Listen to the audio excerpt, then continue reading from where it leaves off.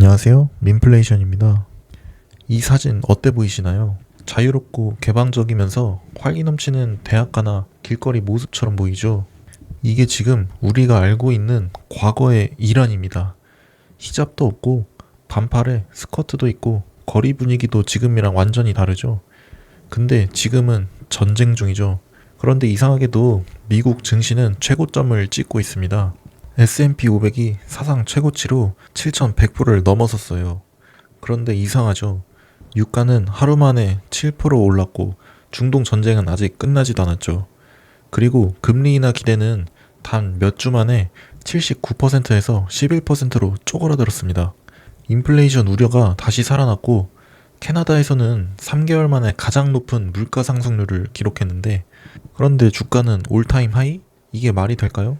앞뒤 상황이 좀 맞지 않는 것 같은데, 오늘은 현 상황과 주가 사이의 괴리가 왜 일어나고 있는지, 그리고 지금 시장이 어떤 구조 위에 서 있는지 한번 알아보겠습니다. 전쟁 상황 먼저 보면 트럼프는 합의가 이루어질 거라고 말했고, 또 실질적인 돌파구가 마련되면 자신이 직접 이란의 고위 지도자들과 만날 용의가 있다고 언급했어요. 협상의 핵심 조건으로는 이란이 핵무기를 포기할 것을 강조했는데요. 2주간의 휴전이 있었고 이번 주 목요일 오전에 2차 협상이라고 합니다. 그리고 이번에 추진 중인 이란과의 핵 합의는 15년도 오바마 정부 때와 비교했을 때 훨씬 좋을 것이다 라고 하면서, 그리고 2주간의 휴전이 다시 연장될 가능성은 매우 낮다라고 했는데, 이 말은 또 합의가 이루어질 때까지 호르무즈를 다시 봉쇄한다는 말이 포함되어 있는 것 같아요. 유가는 전쟁이 끝날 경우 곧바로 떨어질 것이라고 강조하고 있어요. 자, 이 상황에서 시장 변수들을 다시 볼게요. 먼저 유가를 보면 호르무즈 해협이 막혔는데, 요건 다시 말해서 수도관이 잠긴 겁니다. 물은 어딘가에 쌓여 있는데 파이프가 막혀 있으니 물 가격도 오를 수밖에 없죠. WTI 원유 선물 시장에서 근월물과 차월물 선물 가격 차이라는 지표가 있는데, 이 시장에 대한 기대를 나타내는 지표예요. 전쟁 직전에는 이 차이가 배럴당 약 2달러였는데 지금은 12달러가 넘어요. 이 숫자가 클수록 지금 당장 석유가 부족하다라는 신호인데요. 시장이 지금 공급 부족을 매우 심각하게 보고 있다는 뜻이에요. 골드만삭스에서도 미국과 이란 협상 타결 여부와 상관없이 6월 전 세계 원유 재고가 8년 만에 최저 수준으로 떨어질 것이다. 그리고 합의가 안 되면 브렌트유가 배럴당 110달러까지 오를 수 있다 라고 보고 있는데, 지금은 87달러입니다. 두 번째 변수는 인플레이션입니다. 유가가 오르면 나비 효과 같이 연쇄 반응이 시작되죠. 기름값이 오르면서 물건 나르는 비용이나 공장 돌리는 비용 다 오르면서 결국 물가가 오르게 돼요. 실제로 캐나다의 3월 소비자 물가 지수가 14개월 만에 가장 큰 폭으로 올랐는데, 주요 원인 중에 하나가 유가 상승이었어요.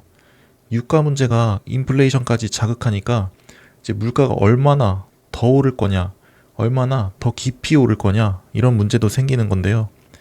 연준에서 실제로 스티키 인플레이션이라는 표현을 코로나 이후로 꾸준히 사용하고 있는데, 이게 무슨 뜻이냐면 파월이 자주 강조하는 게 마지막 2%로 내려가는 구간이 가장 어렵다 라는 건데, 이게 바로 스티키, 끈적끈적하다는 표현인 거죠. 한번 올라간 물가가 쉽게 내려오지 않는다, 이런 말인데, 특히 서비스나 임금, 주거비처럼 구조적인 항목에서 그런 문제들이 나타나는 거죠. 한번 생각해보면 임금이 쉽게 떨어진 거 본 적 있나요? 오르면 올랐지 내려가는 건 거의 본 적이 없어요. 그러면서 임금이 올라가니까 식당 가격이나 교육비용, 아니면 뭐 택시비나 이런 것까지 떨어진 거 본 적 있나요? 이것도 거의 본 적 없죠. 서비스 물가도 인건비 비중이 크기 때문에 같이 오르게 되는 거예요. 주거비는 집 렌트 비용을 말하는 건데, 이것도 마찬가지로 잘 안 떨어져요. 금리를 인상시켜서 물가가 내려오다가 멈추는 구간이 생기는데, 이런 서비스, 임금이나 주거비 같이 잘 안 내려가는 물가가 물가 하락 속도를 둔화시키고 다시 올라가는 현상이 나타나는 거죠. 음식 먹고 남은 접시를 물로 대충 헹구면 어느 정도는 쉽게 씻겨지잖아요. 근데 뭐 탄 부분이나 늘러붙은 건 수세미로 박박 긁어도 잘 안 떨어지는 거죠. 연준에서는 이걸 라스트 1마일이라고 했는데 22년도에 CPI가 9%까지 오르고 금리도 거의 제로 금리에서 5%까지 빠른 금리 인상으로 성장을 희생하면서 인플레를 잡으려 했죠. 9%에서 3%까지는 빠르게 내려왔지만 연준의 목표치인 2%는 못 가고 다시 CPI가 내려가 주지 못하니 금리 인하하기가 어려운 거죠. 금리를 인하하면 어렵게 작은 물가가 또 튀어오르니까 여태 성장 둔화시키면서까지 물가를 잡았었는데 다시 오르면 손해잖아요. 연준 입장에서도 물가가 내려가는 걸 확인할 때까지 금리 인하하기가 굉장히 조심스러운 거죠.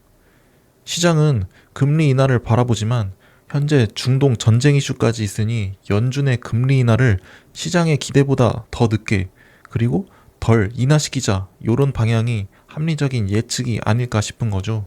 그리고 여기서 세 번째 변수 금리를 보면 올해 초만 해도 시장은 연준이 금리를 내릴 거라고 79% 확률로 베팅하고 있었는데 그런데 지금은 11%밖에 안 됩니다.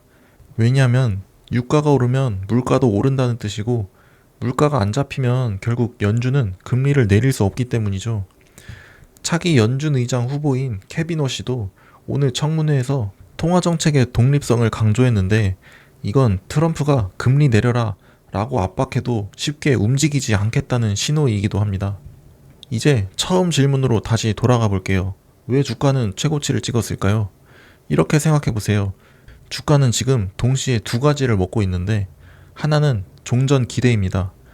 협상이 진행 중이고 합의가 되면 유가가 내려가고 인플레이션이 잡히겠죠. 그럼 다시 금리 인하 기대가 살아날 거라는 시나리오입니다. 실제로 지난주 휴전 기대가 커지면서 미국 증시가 4.5%나 올랐죠. 그리고 또 하나 볼 게 에너지 호황인데요. 미국은 이제 세계 최대 에너지 수출국이죠. 중동에서 석유가 안 나오면 미국 에너지 기업들의 실적이 폭발적으로 좋아집니다. 이 구조가 AI 관련주와 함께 주가를 끌어올리고 있는 거죠. 그런데 월스트리트 저널에서 바로 이 지점을 경고했는데 주가가 최고치지만 채권 투자자들은 파티에 참석하지 않았다라는 건데 이 말은 주식은 파티 중인데 채권은 이미 뭔가 불안해서 밖에서 지켜보고 있다는 상태인데요. 채권 투자자들은 금리가 내려가야 정상적인 시장 반응인데 오히려 올라가서 안 내려오고 있으니까 모습이 좀 이상하다 싶은 거죠. 보통 채권 투자자들은 금리나 인플레이션이나 경기 둔화 같은 이런 매크로 정보에 굉장히 민감하게 반응하는 특성이 있어요. 그런데 채권 금리가 올라가 있다는 건 돈을 빌리는 비용도 올라가 있다는 뜻이죠. 이건 기업들의 대출 이자도 늘고 투자도 줄겠죠. 그러면서 기업 수익이 적어질 텐데 개인 소비자들까지도 대출 이자가 오르면 소비를 줄이잖아요. 그러면 기업의 주가도 영향을 좀 받지 않을까요? 그리고 미국은 GDP의 70% 수준을 소비하는 국가죠. 미국은 소비가 더 중요하게 작용하기 때문에 결국 소비에 영향을 주는 이 금리가 되게 중요한 거죠.